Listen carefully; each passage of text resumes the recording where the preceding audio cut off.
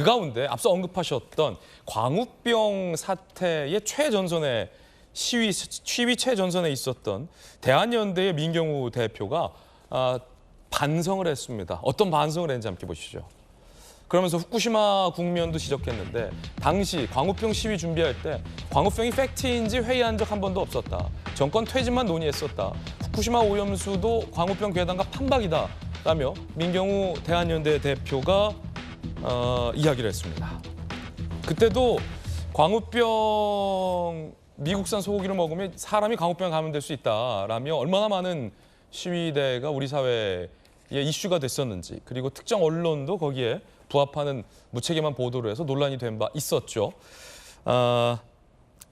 이 논란 가운데 민주당의 위성곤 의원이 광우병에 수십만 명이 감염됐었다라고 TV 방송에서 주장을 했다가 사실이 아닌 것으로 드러나는 일도 있었습니다.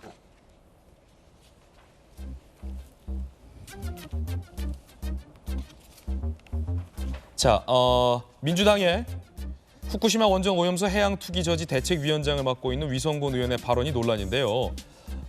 광우병에 감염된 사람의 수가 수십만 명이 된다라고 한 방송에서 생방송에서 주장을 했습니다. 그런데 인간 광우병 첫 보고 이래 전 세계 감염자 수는 232명에 그쳐서 수십만 명이 된다라는 위성곤 의원의 발언의 근거가 어디인지 논란이 되던 차에 위 의원이 흥분한 탓에 실수를 했다. 광우병에 걸린 사람 숫자가 아니라 소 숫자를 말했다라고 정정을 하는 일도 있었습니다. 정혁진 변호사님, 네네. 어떻게 보십니까? 광우병, 인간 광우병이 수십만 명이다. 그런데 알고 봤더니 이 사람이 아니라 광우병 걸린 소 숫자를 보고 착각했다는 해명도 있었는데 해양 투기 저지 대책위원장 맡고 계시네요? 제가 봤을 때 저분은 국민을 개돼지로 하는 게 아니고요. 소돼지로 하는 거 아닌가 하는 생각이 들고요. 그 미국산 소고기는 수입하지 않으면 그만이에요. 그러면 뭐 우리나라 농민들이나 큰 영향이 없을 수 있는데 이 케이스는 틀린단 말이죠. 사람들이 생선을 먹지 않으면 그러면 이 우리나라 어민들 직격탄 받는 거 아니겠습니까? 사람들이 김 먹지 않으면은 김밥 먹지 않으면은 김밥집들 문제가 생기는 거 아니겠습니까?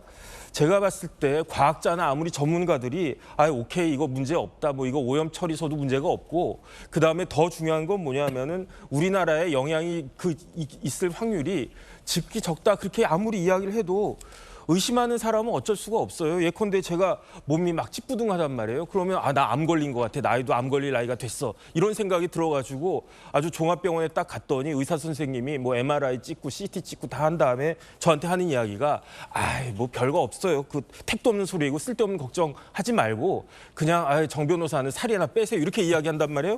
근데 제가 암만 생각해도 의사가 아무리 그렇게 이야기해도 제 느낌으로는 암에 걸린 것 같아. 그래서 제가 스스로 암이다 그러면 저는 진짜 없던 암도 생긴단 말이에요. 근데 그렇게 제가 암에 걸린다? 그럼 제 책임이잖아요. 제가 의심하고 제가 비과학적으로 의사 선생님 말씀 안 믿고 그래가지고 저한테 불행이 닥쳤으니까 그거는 뭐 제가 뭐라고 할 수가 없는 건데 반대로 어떤 사람 보고 너는 암이야. 아무리 의사 선생님이 뭐라고 그래도 너는 암이야. 너는 암에 걸릴 거야. 그러면은 자꾸 그 이야기를 들으면 그 사람한테 암이 발병할 가능성이 훨씬 높아지는 거 아니겠습니까? 그렇게 해가지고 아주 불행한 사태가 벌어지면 그렇게 자꾸 그 세뇌시키고 욕하는 게 아니라 그런 나쁜 이야기를 한 사람은 정말 나쁜 사람 아니겠습니까? 그러니까 과학적으로 문제를 갖다 풀어야지 이거를 정치적으로 하는 건 문제가 말이 안 되는 것 같고 민주당 입장에선 이렇게 후쿠시마 오염 처리수가 찜찜하다라고 생각이 되면 생명기가 적혀져 있는 돌덩이를 후쿠시마 바다에다가 던져가지고 그 문제를 갖다가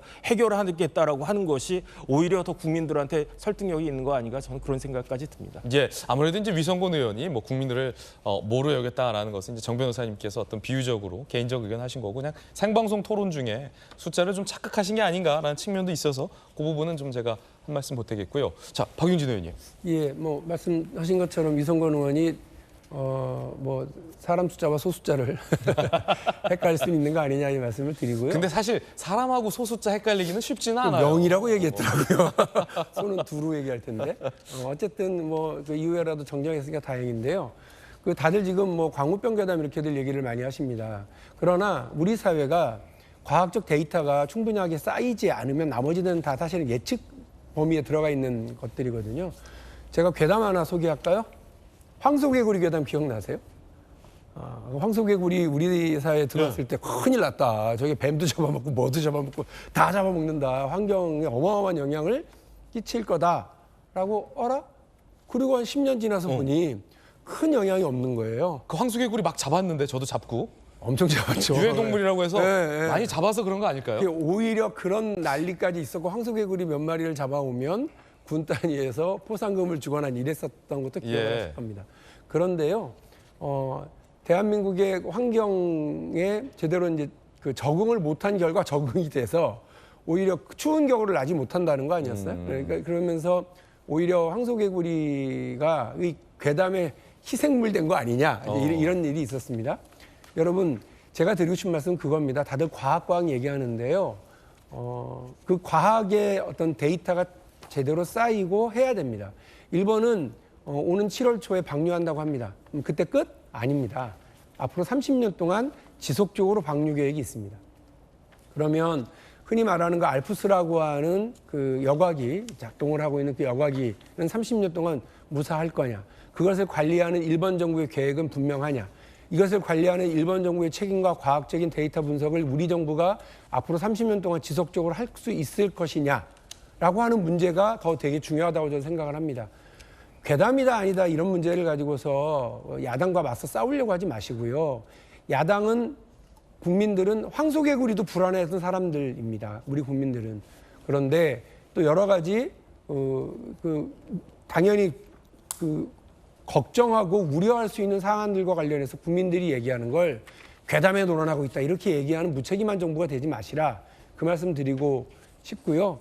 제가 그 국회 정무위원회에서 국무조정실장에게도 그 관련한 다짐을 말씀을 드렸습니다만 앞으로 30년 동안 방류하려고 하는 일본의 이 무모한 계획을 어떻게 늦출 것이고 또 30년 동안 이 계획에 따른 방류를 어떻게 안전하게 잘 감시하고 측정할 수 있을 것인지 한국 정부가 그런 준비를 하고 있는 것이 더 중요하다라는 말씀을 드렸었는데 오늘 다시 한번 우리 시청자분들에게도 드립니다. 자, 사드부터 광우병, 후쿠시마 오염수 논란까지 짚어봤습니다.